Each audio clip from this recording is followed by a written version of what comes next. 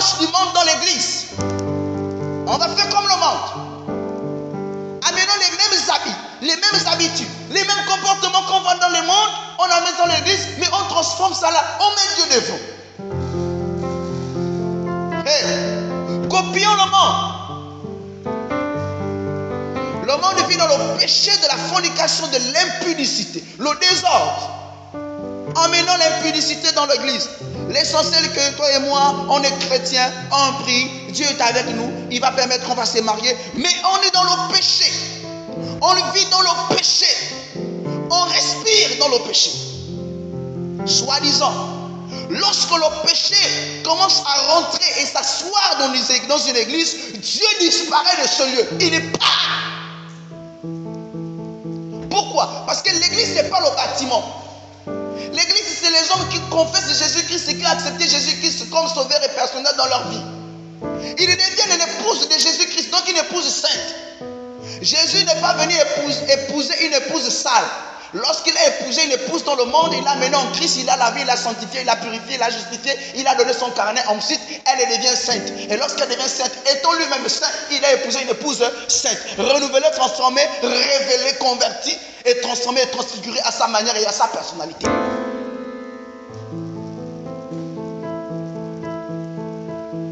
Mais si déjà une épouse qui a été validée, légalisée, transformée, nettoyée, lavée, reconvertie, transfigurée de son sang saint et donnée un nom nouveau qu'elle n'a pas reçu et que ses parents ne l'ont pas donné, commence à vivre comme une prostituée. À cet instant, elle rentre dans le désordre. Elle devient désobéissante.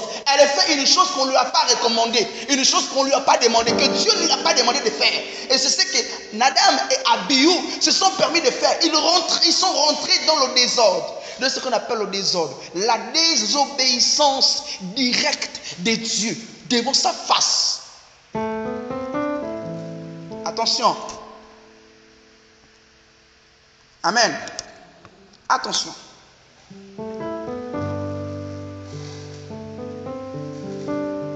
Lorsque des adorateurs commencent à chanter des chansons du monde, ils rentrent dans le désordre. Lorsque dans leur téléphone, il y a les chansons du monde, ils rentrent dans le désordre. Lorsqu'ils commencent à danser les chansons du monde dans l'église, l'église rentre dans le désordre. Depuis quand c'est le monde qui inspire à l'église de danser comme pour Dieu, pour rendre gloire à Dieu? Dieu est-il limité dans son inspiration? Dieu est-il aveugle de ne pas donner des bottes assidues pour qu'on puisse danser pour sa gloire? Pourquoi le monde rentre? Pourquoi l'église de Dieu rentre dans le désordre? Il y a quoi de dehors? Il dit, mon peuple sortez du milieu d'eux. Lorsque Pierre a annoncé l'évangile, il dit, éloignez-vous de cette génération perverse. Éloignez-vous. Cela ne veut pas dire d'une manière absolue et qu'on va maintenant vivre dans un coin, on ne va plus côtoyer les gens. Non. Si je sais que le simple fait de marcher avec la personne qui fume, je vais finir par fumer, et n'étant pas une personne fortement dans la vérité, dans la prière, je vais finir aussi par tirer de la cigarette, le simple fait que je suis en train de renifler la fumée qui sort de sa bouche, cette petite chaudière qu'il y ait. Si ma vie en tant que chrétien n'influence, ce n'est pas celui qui fume, c'est celui qui fume qui va m'influencer. Si la vie de celui-là qui boit la regave, les castels et les dopels m'influence, c'est que ma vie spirituelle et ma vie chrétienne a un problème. Alors elle ne peut pas influencer celui qui boit la regave et qui est dans le monde. Si celui, mon ami, soi-disant mon collègue du travail, mon condisciple de l'école, vit dans le péché, et soi-disant nous et lui et moi on marche, on chemine ensemble, et que ma vie en tant que chrétien n'influence pas sa vie, c'est le désordre auquel il est dans l'ignorance de ce qu'il est va influencer ma vie. À cet instant, je vais rentrer dans la distraction. Beaucoup de chrétiens sont devenus des contradicteurs de la parole de Dieu. Pourquoi? Parce que l'esprit de ce monde a influencé leur conception de choses et a introduit une désobéissance directe à la parole. Ils acceptent certaines choses de la parole, mais ils ne cautionnent pas d'autres choses de la parole. C'est le désordre. Nadab et Abihu ont fait la même chose. Ils ont dit sur le même feu. Le feu que tu as allumé là, c'est le même feu. C'est le même feu d'habitude que maman, la femme d'Aaron prépare le poulet, les cotis, le dindon. C'est le même feu. Où est la différence quand on prend un autre feu? Assurément, ils se sont dit, ah, le feu est en train de diminuer. Si Dieu diminue, où est ton problème? Il est Dieu, il fait ce qu'il veut. Si Dieu commence à ne plus parler comme il faut dans ta vie, cela ne veut pas dire que Dieu n'est pas avec toi. Cela ne veut pas dire que Dieu ne marche pas avec toi.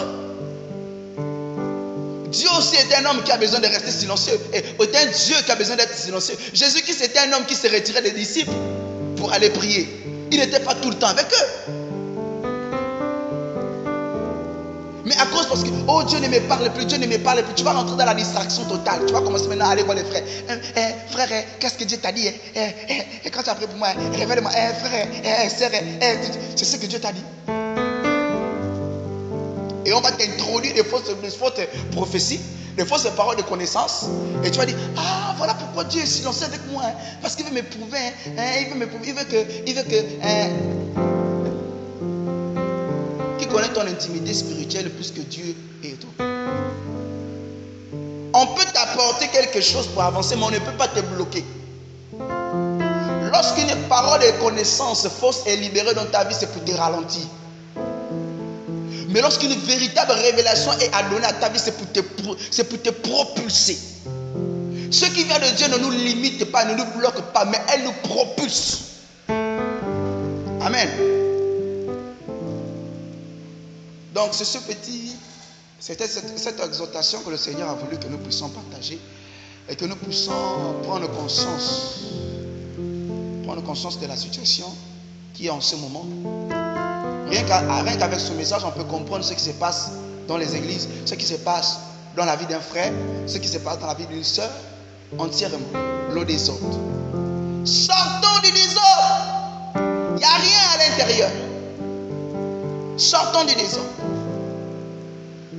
L'ennemi, c'est un vrai désordonné.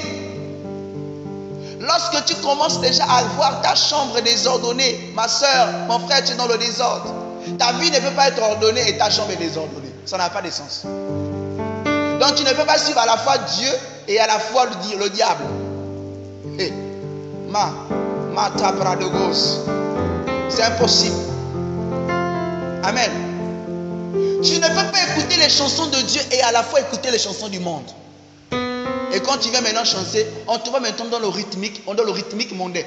Quand on te voit danser, tu es dans le rythmique mondain. Même dans ta manière de chanter, tu es dans le rythmique mondain. Tu connais l'esprit qui anime les personnes qui chantent dans le monde? Lorsque tu retournes le mot monde, ça dit démon, esprit impur, le père du mensonge, l'illusionniste, le manipulateur. Attention. Si Novelas t'apporte quelque chose de spirituel, il n'y a pas de problème, suivons Novelas.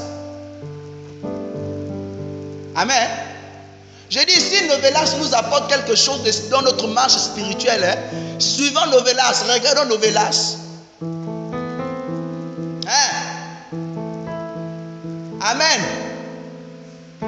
Si les films de ce monde-là, là où on voit les hommes sont en train de se dénuder, apportent quelque chose de spirituel à notre vie, suivant les films de ce monde. Je préfère suivre les films de Hollywood, là où on est en train de parler de la sorcellerie, comment on manipule des gens, pour que je puisse avoir des enseignements et de savoir que le monde de la sorcellerie est régi dans ce système-là, que d'aller suivre Novelas ou de suivre des films que je vais voir des gens nus et je vais finir par payer et avoir des petites envies sexuelles qui vont commencer à montrer de ma chair et avoir maintenant la volonté d'aller coucher avec un homme. Attention, j'ai dit le monde est désordonné. Ça paraît ordonné, mais c'est désordonné. Pourquoi? Le monde ne veut pas qu'on se marie, mais le monde veut qu'on marche dans la fornication. C'est désordonné. Amen. Rendons gloire à Dieu. Élevons nos voix et rendons gloire à Dieu. Élève ta voix, commence à rendre gloire à Dieu. Prie pour ta vie. Dis Seigneur, merci. Merci parce que tu me libères tu me libères du désordre. Tu me sors du désordre. Élève ta voix, élève ta voix, élève ta voix. Élève ta voix, prie, prie, élève ta voix, élève ta voix. Merci Seigneur, merci Seigneur. Tu me sors du désordre, tu me sors du désordre. Alléluia.